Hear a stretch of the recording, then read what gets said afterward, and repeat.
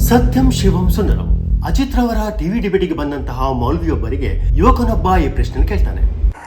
ಬಾಬಾ ಸಾಹೇಬ್ ಅಂಬೇಡ್ಕರ್ ಹೇಳಿದಂತೆ ಸ್ವಾತಂತ್ರ್ಯ ಪೂರ್ವದಲ್ಲಿ ಭಾರತ ವಿಭಜನೆ ಆಗ್ಬೇಕಂತಂದರೆ ಭಾರತದಲ್ಲಿರುವ ಮುಸಲ್ಮಾನರು ಪಾಕಿಸ್ತಾನಕ್ಕೆ, ಪಾಕಿಸ್ತಾನದಲ್ಲಿರುವ ಹಿಂದೂಗಳು ಭಾರತಕ್ಕೆ ಕಳಿಸ್ಬೇಕನ್ನೋದು ಇವಾಗ ನಿಜವಾಗಿದೆ. ಯಾಕೆಂದರೆ ಇಲ್ಲೇ ಹುಟ್ಟಿ ಇಲ್ಲೇ ಬೆಳೆದು ಇಲ್ಲಿನ ಎಲ್ಲಾ ಸೌಕರ್ಯಗಳನ್ನು ತೆಗೆದುಕೊಂಡಂತ ಮುಸಲ್ಮಾನರು ಇಂತಹ ಕೃತ್ಯ ಮಾಡುತ್ತಿದ್ದಾರೆ. ಅದಕ್ಕೆ ಉತ್ತರವಾಗಿ ಶಫಿ ಅವರು ಇಲ್ಲಿರುವ ಮುಸ್ಲಿಮರ ಅಂತ ಹೇಳಿ 2 ಬಾರಿ ಆಶ್ಚರ್ಯದಿಂದ ಕೇಳ್ತಾರೆ. ಇಲ್ಲ ಮುಸಲ್ಮಾನರು, ಇಲ್ಲಿನ ಮುಸಲ್ಮಾನರು ಹೌದು. ಅಂದ್ರೆ ಅವರ ಪ್ರಕಾರ ಇಲ್ಲಿರುವ ಮುಸ್ಲಿಮರೆಲ್ಲರೂ ಚೆನ್ನಾಗಿದ್ದಾರೆ, ಯಾವ ರೀತಿಯ ದೇಶದ್ರೋಹ ಕೆಲಸಗಳನ್ನು ಮಾಡ್ತಾ ಇಲ್ಲ ಅನ್ನುವ ಭಾವನೆ ವ್ಯಕ್ತಪಡಿಸಿದ್ದಾರೆ. ನಿಜವಾಗ್ಲೂ ಶಫಿ ಅವರಿಗೆ ಇದ್ರ ಬಗ್ಗೆ ಅರಿವಿಲ್ವಾ? ಒಂದು ಸಮಯದಲ್ಲಿ ಕೇವಲ ಅವಿದ್ಯಾವಂತ ಮುಸ್ಲಿಂ ಯುವಕರು ದಾರಿ ತಪ್ಪಿ ಟೆರರಿಸಂನ ದಾರಿ ಹಿಡಿತಾರೆ ಅಂತೇಳಿ ಅಂದ್ಕೊಂಡಿದ್ವಿ. ಆದ್ರೆ ಇತ್ತೀಚೆಗೆ ದಿಲ್ಲಿಯಲ್ಲಿ ಟೆರರಿಸ್ಟ್ ಆಕ್ಟಿವಿಟೀಸ್ ಗಳಿಗೆ ಸಪೋರ್ಟ್ ಮಾಡಿದಂತಹ ಎಜುಕೇಟೆಡ್ ಡಾಕ್ಟರ್ಸ್ ಗಳನ್ನು ಹಿಡಿದ ನಂತರ ಟೆರರಿಸಂ ಎನ್ನುವ ಭೂತ ಕೇವಲ ಅವಿದ್ಯಾವಂತರಿಗೆ ಮಾತ್ರವಲ್ಲ, ವಿದ್ಯಾವಂತರು ಕೂಡ ಇದರ ಮತ್ತಿನಲ್ಲಿ ಆವರಿಸಿಕೊಂಡಿದ್ದಾರೆ ಅಂತ ಹೇಳಿ ಜಗತ್ತಿಗೆ ಗೊತ್ತಾಗಿದೆ. ಆದ್ರೆ ಮುಸ್ಲಿಂ ಧರ್ಮಗುರುಗಳಾಗಿರಬಹುದು, ಮುಸ್ಲಿಂ ನಾಯಕರುಗಳಾಗಿರ್ಬೋದು, ಈ ವಿಷಯ ಅರಿವಿಗೆ ಬಂದಿಲ್ವಾ? ಅಥವಾ ಅರಿವಿಗೆ ಬಂದರೂ ಕೂಡ ದಾರಿ ತಪ್ಪುತ್ತಿರುವ ಮುಸ್ಲಿಂ ಯುವ ಜನತೆಯ ಬಗ್ಗೆ ಇವರುಗಳಿಗೆ ಚಿಂತನೆ ಇಲ್ವಾ? 72 ಕನ್ಯೆಯರ ನಿರೀಕ್ಷೆಯಲ್ಲಿ ಅವನಿದ್ದ. ಅವನಿಗೆ ಬೇಕಾಗಿದ್ದ ಅವನಿಗೆ ಸಿಕ್ಕಿದೆ ಅಲ್ವಾ? ಆತ ಬದುಕಿದ್ರು. ಅವ್ನು ಹೇಳಿದ ಅಲ್ಲ, ಒಂದ್ ನಿಮಿಷ, ಅವ್ನು ನಿಮ್ಮ ಹತ್ರ ಯಾವುದು 70 ಏನೋ ಎಷ್ಟು ಜನರನ್ನು ತೋರಿಸ್ಲಿ? ಎಷ್ಟು ಜನರನ್ನು ತೋರಿಸ್ಲಿ? ಕನ್ಯೆಗಳಿಗಾಗಿ ನಾನು ಎಷ್ಟು ಜನರನ್ನು ತೋರಿಸ್ಲಿ ನಾನು? ಹೇಗೆ ನಾವು ಈ ಭೂಮಿಯ ಮೇಲಿನ ಜೀವನ ತಾತ್ಕಾಲಿಕವಾದದ್ದು. ಹೌದು, ನಾವು ಬದುಕ್ತಾ ಇದ್ದೀವಿ ಸ್ವರ್ಗದಲ್ಲಿ ಜಾಗಕ್ಕಾಗಿ ಬದುಕ್ತಾ ಇದ್ದೀವಿ. ಸ್ವರ್ಗದ ನನ್ನ ವಿಶ್ವಾಸ ಇಲ್ಲ. ನನಗಿದೇ ಸ್ವರ್ಗ ರೀ, ನನಗಿದೇ ಸ್ವರ್ಗ. ಅಜಿತ್ ರವರು ಈ ಉದಾಹರಣೆ ಕೊಟ್ಟರು ಕೂಡ ಮೊಹಮ್ಮದ್ ಶಫಿ ಅವರು ಮುಸ್ಲಿಮರು ಜಾಗತಿಕ ಮಟ್ಟದಲ್ಲಿ ಟೆರರಿಸಂ ಅಲ್ಲಿ ಭಾಗಿಯಾಗ್ತಿದ್ದಾರೆ ಅಂತ ಹೇಳಿ ಒಪ್ಕೊಳ್ಳಕ್ಕೆ ಸಿದ್ಧರಿಲ್ಲ. ಜಾಗತಿಕ ಮಟ್ಟದಲ್ಲಿ ಅಶಾಂತಿ ಇರೋದು ಮುಸಲ್ಮಾನರಿಂದ ಮಾತ್ರ ಅಂತ ನೀವು ಹೇಳ್ಕೊಟ್ಟಿದ್ದೀರಾ. ಬೋಸ್ನಿಯಾದಲ್ಲಿ ಮಾಡಿರೋದು ಮುಸಲ್ಮಾನರಲ್ಲ, ಆಫ್ರಿಕಾದಲ್ಲಿ ನಡೀತಿರುವಂತಹ ಗಲಾಟೆ ಮುಸಲ್ಮಾನರದಲ್ಲ. ಅದೇ ರೀತಿಯಲ್ಲಿ ಪ್ಯಾಲೆಸ್ತೀನ್ ನ ಮಕ್ಕಳನ್ನು, ಅಮಾಯಕ ಮಕ್ಕಳನ್ನು ಕ್ರೂರವಾಗಿ ಕೊಳ್ಳುತ್ತಿರುವಂತಹ ಮೊಸಾದ್ ಮುಸಲ್ಮಾನರಲ್ಲ. ಕೇರಳದಲ್ಲಿ ಎಜುಕೇಟೆಡ್ ಯೂತ್ ಸಿರಿಯಾಕ್ಕೆ ಹೋಗಿದ್ದಾರೆ ಅಂತ ಹೇಳಿ ಅಜಿತ್ ರವರು ಉದಾಹರಣೆ ಕೊಟ್ಟಾಗ, ಭಾರತದ ಒಬ್ಬನೇ ಒಬ್ಬ ನಾಗರಿಕ ನಾನು ನನ್ನ ನೌಕರಿ, ಉದ್ಯೋಗ, ವಿದ್ಯಾಭ್ಯಾಸವನ್ನ ಬಿಟ್ಟು ಸೊಮಾಲಿಯಾದಲ್ಲಿ ಹೋರಾಡ್ತಾ ಇರುವವರ ಪರವಾಗಿ ಅಲ್ಲಿ ಹೋಗಿ ಜಾಯ್ನ್ ಆಗ್ತೀನಿ ಅಂತ ಹೋಗಿರುವ ಒಂದು ಉದಾಹರಣೆ ಕೊಡಿ ನನಗೆ. ಯಾಕೆ ಹೋಗ್ಬೇಕು? ಕೇರಳದಿಂದ 23 ಜನ ಮೆಡಿಕಲ್ ಅಂಡ್ ಎಂಜಿನಿಯರಿಂಗ್ ಸ್ಟೂಡೆಂಟ್ಸ್ ಸಿರಿಯಾಗಿ ಹೋಗ್ತಾರೆ ಸರ್, ಈ ಯುದ್ಧದಲ್ಲಿ ಪಾಲ್ಗೊಳ್ಳಬೇಕು ಅಂತ.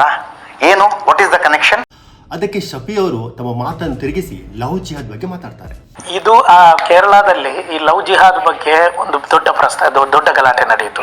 ಲವ್ ಜಿಹಾದ್ ಇದೆ, ದೊಡ್ಡ ಇದೆಲ್ಲ ಇತ್ತು. ಕೇರಳ ಹೈಕೋರ್ಟ್ ಹೇಳಿತ್ತು ಲವ್ ಜಿಹಾದ್ ಎಂಬ ಆ ಒಂದು ಪ್ರಸ್ತಾಪನೆ ಇಲ್ಲ ಅಂತ ಹೈಕೋರ್ಟ್ ಹೇಳಿಬಿಟ್ಟಿತ್ತು. ಶಫಿ ಅವರ ಪ್ರಕಾರ ಕೇರಳದಲ್ಲಿ ಲವ್ ಜಿಹಾದ್ ಇಲ್ಲ ಅಂತ ಹೇಳಿ ಹೈಕೋರ್ಟ್ ಹೇಳಿದೆ ಅಂತೆ. ಇಂಡಿಯಾದಲ್ಲಿ ಮುಸ್ಲಿಂ ಯುವಕರು ಹಿಂದೂ ಯುವತಿಯರನ್ನು ಟಾರ್ಗೆಟ್ ಮಾಡಿ ಅವರನ್ನು ತಮ್ಮ ಪ್ರೇಮ ಪಾಶಕ್ಕೆ ಬೀಳಿಸುವುದು ನಡೀತಾ ಇದೆ. ಇಸ್ಲಾಂ ಧರ್ಮವನ್ನು ತಮ್ಮದಾಗಿಸಿಕೊಳ್ಳದೆ ಆ ಯುವಕರು ಆ ಯುವತಿಯರನ್ನು ಎಕ್ಸೆಪ್ಟ್ ಮಾಡ್ತಾರಾ? ಎಕ್ಸೆಪ್ಟ್ ಮಾಡಿದ್ರೆ ತೊಂದರೆ ಇಲ್ಲ. ಶಾರುಖ್ ಖಾನ್ ಕೂಡ ಹಿಂದೂ ಯುವತಿಯನ್ನು ಮದುವೆಯಾಗಿ ಇನ್ನೂ ಕೂಡ ಆಕೆ ತನ್ನ ಧರ್ಮವನ್ನೇ ಫಾಲೋ ಮಾಡ್ತಿದ್ದಾಳೆ, ಶಾರುಖ್ ಖಾನ್ ಅವನ ಧರ್ಮವನ್ನೇ ಫಾಲೋ ಮಾಡ್ತಿದ್ದಾನೆ. ಇದನ್ನ ನಾವು ಲವ್ ಜಿಹಾದ್ ಅಂತ ಹೇಳಕ್ ಆಗಲ್ಲ. ಪ್ರೀತಿ ಮಾಡಿದ ನಂತರ ಇಸ್ಲಾಂಗೆ ಕನ್ವರ್ಟ್ ಮಾಡಿ ಮದುವೆ ಆಗುವುದಾಗಿರ್ಬೋದು, ಹಿಂದೂ ಯುವತಿಯರಗಳ ಪ್ರಾಣವನ್ನು ತೆಗೆದಿರುವುದಾಗಿರ್ಬೋದು, ಪ್ರೀತಿಸಿ ಎಲ್ಲವೂ ಮಾಡಿ ಮೋಸ ಮಾಡಿ ಬಿಟ್ಟಿರುವುದಾಗಿರ್ಬೋದು. ಇದಕ್ಕೆಲ್ಲ ಜನಗಳು ಕೊಟ್ಟಂತ ಹೆಸರೇ ಲವ್ ಜಿಹಾದ್ ಅಂತ ಹೇಳಿ. ಹಮಾಸ್ನ ಭಯೋತ್ಪಾದಕರು ಇಸ್ರೇಲ್ನ ಮೇಲೆ ಅಟ್ಯಾಕ್ ಮಾಡಿದ್ದಾರೆ ಅಂತ ಹೇಳಿ ಅಜಿತ್ ಅವರು ಮತ್ತೊಂದು ಉದಾಹರಣೆ ಕೊಟ್ಟಾಗ ಶಫಿ ಅವರು ಅದನ್ನು ಹೀಗೆ ಹೇಳ್ತಾರೆ. ಒಂದು ವೇಳೆ ಹಮಾಸ್ ನೀವು ಹೇಳಿದಂಗೆ ಆ ರೀತಿ ಮಾಡಿದ್ರೆ ಹಮಾಸ್ ನಾವು ವಿರೋಧ ಮಾಡ್ತೀವಿ. ಹಮಾಜಿನ ಇಂಟೆನ್ಷನ್ ಬರೀ ಫೆಲೆಸ್ತೀನ್ ಆಗಿದ್ರೆ ಅದಕ್ಕೆ ನಾವು ಬೆಂಬಲ ಕೊಡ್ಲೇಬೇಕು. ಭಾರತೀಯ ನಮ್ಮ ರಾಜತಾಂತ್ರಿಕ ಸಂಬಂಧ ಇರೋದು ಫೆಲೆಸ್ತೀನ್ನೊಂದಿಗೆ. ಭಾರತೀಯರಾದ ನಾವು ಫೆಲೆಸ್ತೀನ್ನೊಂದಿಗೆ ನಿಲ್ಲೇಬೇಕು. ಒಂದು ಹಮಾಸ್ ನೀವು ಹೇಳಿದಂಗೆ ಮಾಡಿದ್ರೆ ನನ್ನನ್ನು ವಿರೋಧ ಮಾಡ್ತೀವಿ. ಬಟ್ ಒಂದು ವಿಚಾರ ಅಜಿತ್, ನಾನು 90% ಮಾಧ್ಯಮ ವರದಿಗಳು ಸುಳ್ಳಾಗಿದೆ. ಹಮಾಸ್ ಒಂದು ಟೆರರಿಸ್ಟ್ ಆರ್ಗನೈಸ್ ಅಂತ Japan, Canada, Australia, Israel, America ಎಲ್ಲಾ ದೇಶಗಳು ಘೋಷಣೆ ಮಾಡಿವೆ. ಹೊಂದಿದಂತ ಇಸ್ರೇಲ್ ವಿರುದ್ಧ ಕಲ್ಲು ತೆಗೆದೊಡೆಯೋದು ಅಥವಾ ಚಿಕ್ಕ ಇದು ತಗೊಂಡೋಗೋದು ಭಯಂಕರ ಒಂದು ಅರ್ಥನೇ ಇಲ್ಲದಂಗೆ ಮಾಡ್ತಾ ಇದ್ದೀರಿ. ಅಂದ್ರೆ ಹಮಾಸ್ನ ಭಯೋತ್ಪಾದಕರು ಮಾಡಿದ ಅಟ್ಯಾಕ್ ಅನ್ನು ಕೇವಲ ಕಲ್ಲು ತೆಗೆದು ಹೊಡೆದಂತ ಅಟ್ಯಾಕ್ ಅಂತ ಹೇಳಿ ಅದನ್ನು ಕೂಡ ಸಮರ್ಥಿಸಿಕೊಳ್ತಾರೆ. ಹಮಾಸ್ನ ಪೊಲಿಟಿಕಲ್ ವಿಂಗ್ ನ ನಾಯಕ ಖಾಲಿದ್ ಮೆಶಾಲ್ ಅನ್ನುವಂಥವನನ್ನ ಆನ್ಲೈನ್ ನಲ್ಲಿ ಕರೆಸಿ ಕೇರಳದಲ್ಲಿ ಒಂದು ಸಮಾವೇಶ ಮಾಡಲಾಗುತ್ತೆ, LED ಪರದೆಯ ಮೇಲೆ ಹಾಕಿ. ನಿಜವಾಗ್ಲೂ ಹಮಾಸ್ನ ನಾಯಕನನ್ನು ಕೇರಳದಲ್ಲಿ ಆನ್ಲೈನ್ ಕರೆಸಿ ಸಮಾವೇಶ ಮಾಡಲಾಗಿದೆಯಾ? ಭಾರತ ಸರ್ಕಾರ ಇದಕ್ಕೆ ಅಲೌ ಮಾಡಿದೆಯಾ? ಆಶ್ಚರ್ಯವಾಗುತ್ತೆ. ಕಾಶ್ಮೀರ್ ಫೈಲನ್ನು ವಿರೋಧ ಮಾಡ್ತೀವಿ, ಕೇರಳ ಫೈಲನ್ನು. ಕೇರಳ ಫೈಲು 120% ಸುಳ್ಳುಗಳು. ಒಂದು ನಿಮಿಷ, ಕಾಶ್ಮೀರಿ ಫೈಲ್ ಎಷ್ಟು ಪರ್ಸೆಂಟ್ ಸುಳ್ಳು? 90% ಸುಳ್ಳುಗಳು. ಅಲ್ಲಿ ನಡೆದಂತ ಒಂದು ಘಟನೆ ನಿಜವಾಗ್ಲೂ ಕಾಶ್ಮೀರದಲ್ಲಿ ನಡೆದಿಲ್ಲ ಅನ್ನೋದನ್ನು prove ನಡೆದಿದೆ. ಮಾಡ್ತೀರಾ? ಸಿನಿಮಾದಲ್ಲಿ ತೋರಿಸಿದ ಈ ಘಟನೆ ಕಾಶ್ಮೀರದಲ್ಲಿ ನಿಜವಾಗ್ಲೂ ನಡೆದಿಲ್ಲ ಅಂತ ಪ್ರೂವ್ ಮಾಡ್ತೀರಾ? ನಡೆದಿದೆ, ಮತ್ತೆ ಆ ರೀತಿಯಲ್ಲಿ ನಡೆದಿಲ್ಲ. ಯಾವ ರೀತಿಯಲ್ಲಿ? ವೈಭವೀಕರಿಸುವ ರೀತಿಯಲ್ಲಿ ಎಲ್ಲ ಸರ್, ಒಂದ್ ನಿಮಿಷ. ಒಬ್ಬ ಭಯೋತ್ಪಾದಕನ ವಿರುದ್ಧ ಜಡ್ಜ್ಮೆಂಟ್ ಕೊಟ್ಟಂತಹ ಜಡ್ಜ್ ಅನ್ನ ಮಾರ್ಕೆಟ್ ನಲ್ಲಿ ನಡು ರಸ್ತೆಯಲ್ಲಿ ಕೊಂದು ಆತ ಕೊನೆಯ ಉಸಿರು ಬಿಡ್ತಾ ಇರುವಾಗ ಅವನ ಬಾಯಿಗೆ ಯಾರು ನೀರು ಬಿಡಬಾರದು ಅಂತ ಗನ್ನುಗಳನ್ನ ಹಿಡ್ಕೊಂಡು ಬೈಕ್ ನಲ್ಲಿ ಸುತ್ತು ಕಡೆ ರೌಂಡ್ ಹಾಕದಂತ ಘಟನೆ ಕಾಶ್ಮೀರದಲ್ಲಿ ನಡೀಲಿಲ್ವಾ? ಕಲಬುರಗಿ ಅವರ ಹತ್ಯೆ ಅದೇ ಕೇಳ್ತಾ ಇದ್ದಾರೆ. ಇದು ಅದೇ ರೀತಿ ಅಲ್ಲಲ್ಲ ಹೇಳ್ತಾ ಇರೋದು. ಯಾವ ಮಾನಸಿಕತೆಯಿಂದ ಕೊಂದ್ರು, ಅದೇ ರೀತಿ ಗೌರಿ ಲಂಕೇಶನ್ ಯಾವ ಮಾನಸಿಕತೆ ಕೊಂದ್ರು. ಹಾಗಾದ್ರೆ ಈ ಯುವ ಜನತೆಯನ್ನ ಇಸ್ಲಾಂ ಹೆಸರಲ್ಲಿ ಬ್ರೈನ್ ವಾಶ್ ಮಾಡುವವರ ವಿರುದ್ಧ ಮುಸ್ಲಿಂ ಮುಖಂಡರಾಗಿರ್ಬೋದು, ಮುಸ್ಲಿಂ ಮೌಲ್ವಿಗಳಾಗಿರ್ಬೋದು, ಯಾವುದೇ ರೀತಿಯ ಕಠಿಣ ಕ್ರಮಗಳನ್ನು ಯಾಕೆ ಕೈಗೊಂಡಿಲ್ಲ? ಮುಸ್ಲಿಂ ಮುಖಂಡರು ಭಯೋತ್ಪಾದನೆಯ ವಿರುದ್ಧ ಜಾಗೃತಿಯನ್ನು ಮೂಡಿಸೋದಕ್ಕೆ ಏನೇನ್ ಬೇಕೋ ಎಲ್ಲ ಮಾಡಿದ್ದಾರೆ ಅಂತ ಅನ್ಸುತ್ತಾ, ಅಥವಾ ಇನ್ನೂ ಮಾಡೋದಿದೆ ಅಂತ ಅನ್ಸುತ್ತೆ? ತುಂಬಾ ಮಾಡೋದಿದೆ, ಆದ್ರೆ ಮಾಡ್ತಾ ಇಲ್ಲ. ಅದು ಯಾವ ಶಕ್ತಿ ಅವ್ರಿಗೆ ತಡೀತಾ ಇದೆ ನಮ್ಗೆ ಅದು ಗೊತ್ತಿಲ್ಲ. ನಾವು ಅವ್ರ ಜೊತೆಯಲ್ಲಿದ್ದೀವಿ, ನಾವು ಅವ್ರ ವಿರೋಧನೇ ಮಾಡ್ತಾ ಇರ್ಬೋದು, ಆದ್ರೆ ಅವ್ರು ಹೇಳಿ ನಮಗೆ ಈ ನಾಳೆ ಈ ದಿನಕ್ಕೆ ಪಾಪ ನಾವೆಲ್ಲ ಸೇರಿ ಹೋರಾಟ ಮಾಡೋಣ, ನಾವು ರೆಡಿ. ಖಂಡಿತವಾಗ್ಲೂ ಈ ತಪ್ಪುದಾರಿಯನ್ನು ಹಿಡುವಂತಹ ಯುವ ಜನತೆಯ ಮನೆಯವರಿಗೆ ಇದೊಂದು ಅವಮಾನದ ವಿಷಯ. ನ್ಯಾಷನಲ್ ಟೆಲಿವಿಷನ್ನಲ್ಲಾಗಿರ್ಬೋದು, ಕರ್ನಾಟಕ ಟೆಲಿವಿಷನ್ಗಳಲ್ಲಾಗಿರ್ಬೋದು, ನ್ಯೂಸ್ ಡಿಬೇಟ್ಗಳಲ್ಲಿ ಇಂತಹ ಹಲವಾರು ಮುಸ್ಲಿಂ ಮುಖಂಡರುಗಳು, ಮುಸ್ಲಿಂ ಮೌಲ್ಯಗಳು ಬಂದಾಗ ನಾನು ಎಲ್ಲಾ ಡಿಬೇಟ್ ಕಾರ್ಯಕ್ರಮಗಳನ್ನು ನೋಡ್ತೇನೆ. ಎಲ್ಲರಲ್ಲೂ ಕಂಡಂತಹ ಒಂದು ಕಾಮನ್ ವಿಷಯ ಅಂದ್ರೆ ಇವರು ತಮ್ಮ ಯುವ ಜನತೆ ಮಾಡುವ ತಪ್ಪನ್ನು ಖಂಡಿಸಲ್ಲ.